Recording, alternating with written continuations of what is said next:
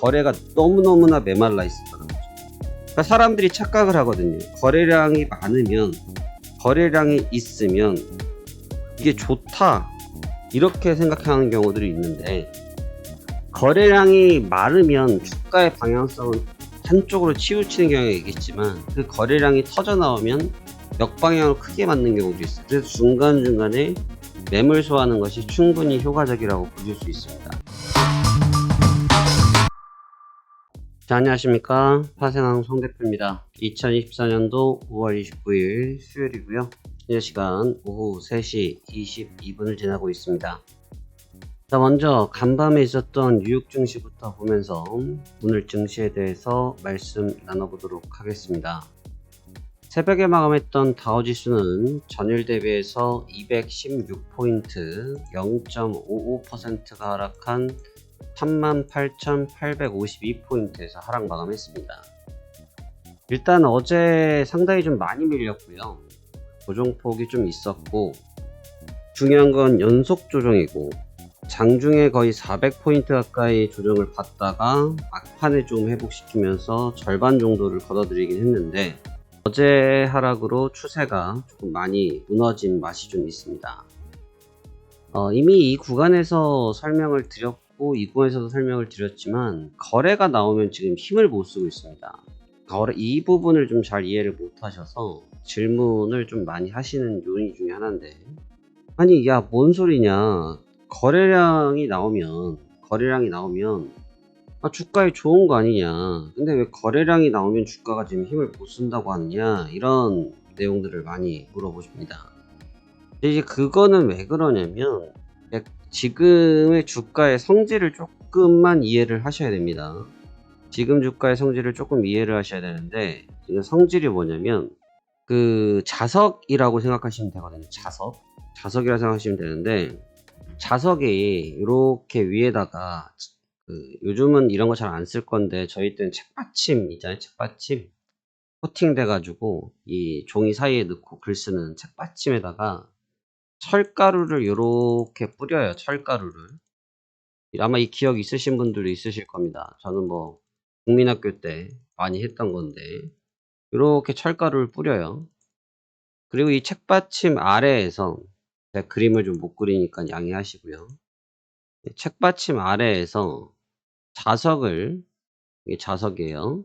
여기서 이렇게 자석을 갖다 대면 이 철가루들이 이렇게 뿌려놓은 게 이렇게 뭉쳐가지고 이렇게 뭉쳐지죠.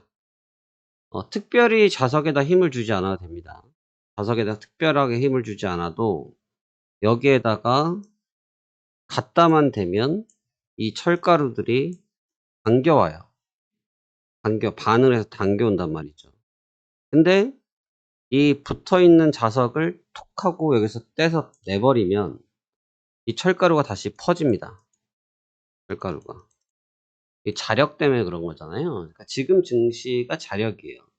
지금 제가 드린 얘기의 모든 설명을 다 드린 건데요. 철가루가 모였다라는 것은 방향성에 대한 얘기고요.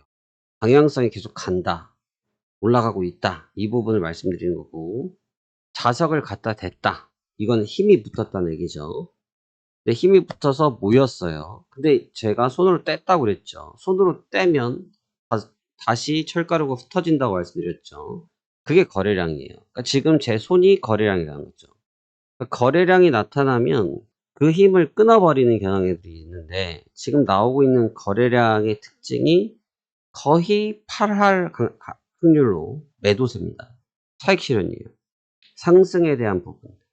악재가 있는 게 아니에요, 여러분. 주식에 대한 논리를 잘 아셔야 되는 게, 악재가 있어서 그런 게 아니에요.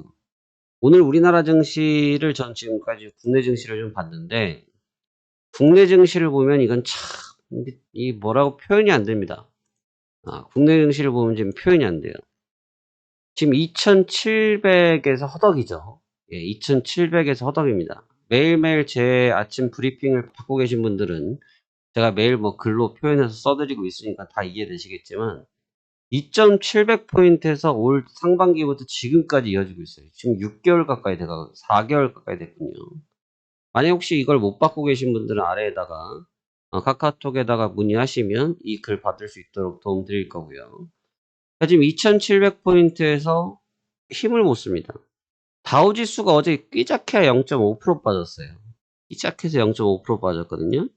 근데 국내 증시가 지금 1.5% 맞았습니다. 아직 마감이 지금 들어갔는데 1.5%, 1.6% 맞았어요. 너무 크게 맞았죠. 그러니까 오를 때도 못 오르고 내릴 때도 못 내릴 땐 더 내리고. 그러니까 이게 무슨 특별히 악재가 있어서 국내 증시는 뭐 여러 가지 뭐 정치적인 부분부터 해서 제도적인 부분도 해서 등등등이 있다고 할지라도 꼭 조정이 나온다는 것은 무슨 악재가 있어서가 아니라 샀으면 여러분들도 팔고 싶으시잖아요. 그쵸? 샀으면 팔고 싶죠. 근데 못 팔잖아요. 예를 들어서 10,000원에 샀는데 100,000원까지 갔어요. 100,000원까지 못 가잖아요. 중간에 15,000원, 13,000원만 돼도 수익 났으니까 좋다고 팔아버리죠. 똑같은 겁니다. 근데 지금 나오는 거래량들이 무슨 문제가 있어서 나오는 게 아니에요. 이 매도세에 대한 얘기를 하면 여러분들이 좀 민감하신데 어떤 특별한 문제가 있어서 나오는 매도가 아니라 당연히 수익이 났으니까 팔고 싶어하는 욕구가 있어서예요.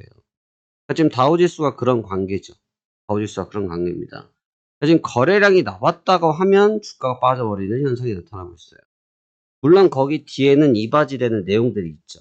연준의 금리 정책. 연준의 금리 정책은 여전히 공격적이지 못하다. 여전히 방어적이지도 못하다.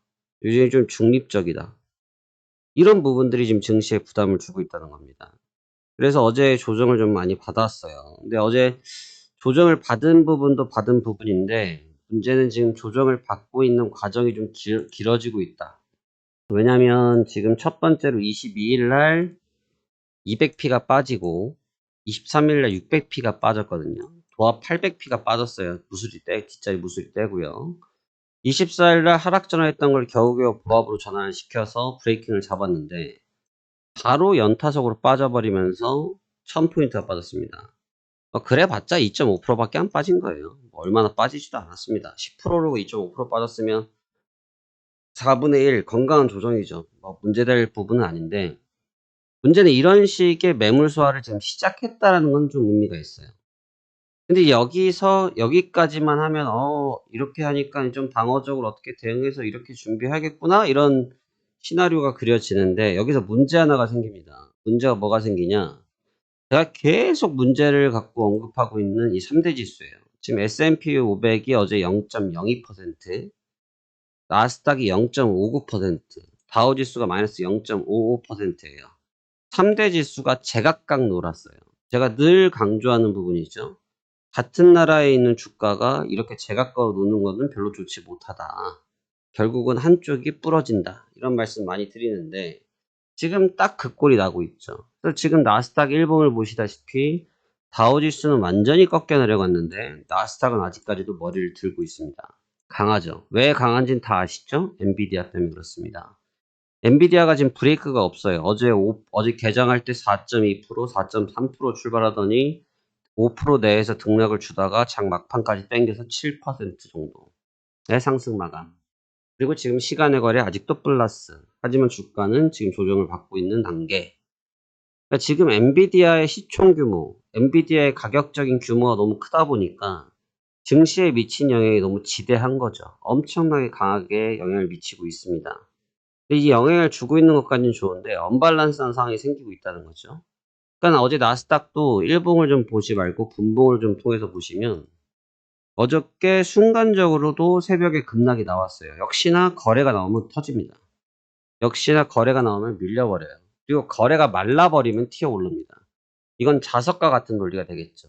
지금 그 현상이 있기 때문에 그렇고 오늘 같은 경우도 제가 이 시간 요즘 방송을 보통 제가 11시, 12시에 많이 찍고 또는 뭐 1시, 2시경에 많이 찍다가 요즘은 거의 제가 3시경에 찍거든요.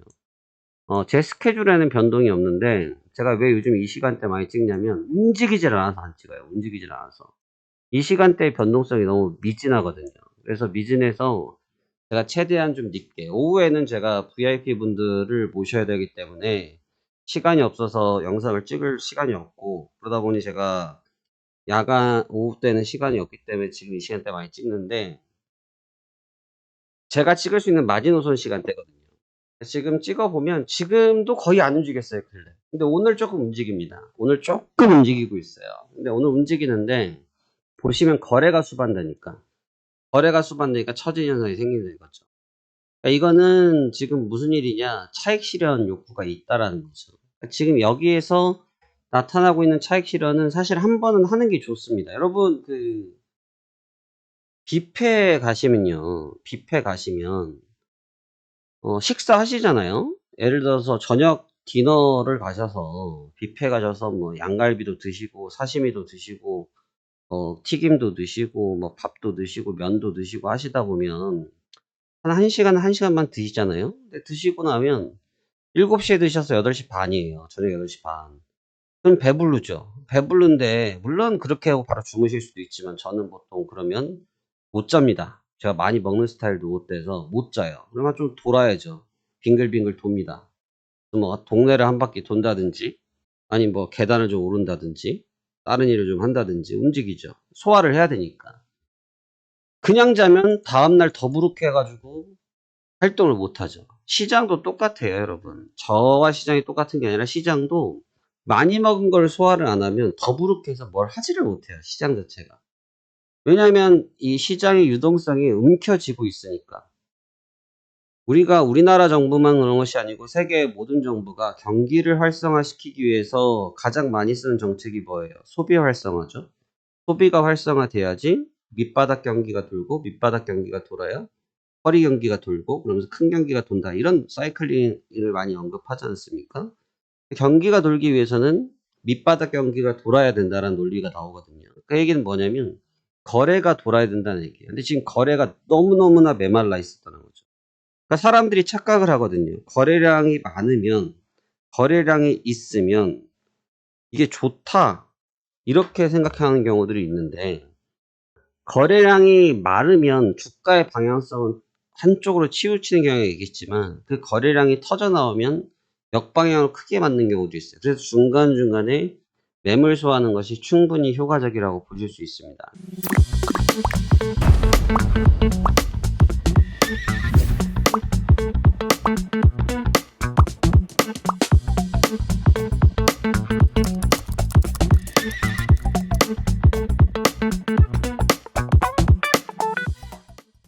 매물 단계 소화는 필요하다. 근데 지금 고민스러운 것은 매물 소화하는 과정에 대한 어려움은 없다. 근데 지금 다우지수와 나스닥의 이런 과도한 계류율은 문제가 좀 될 수 있다.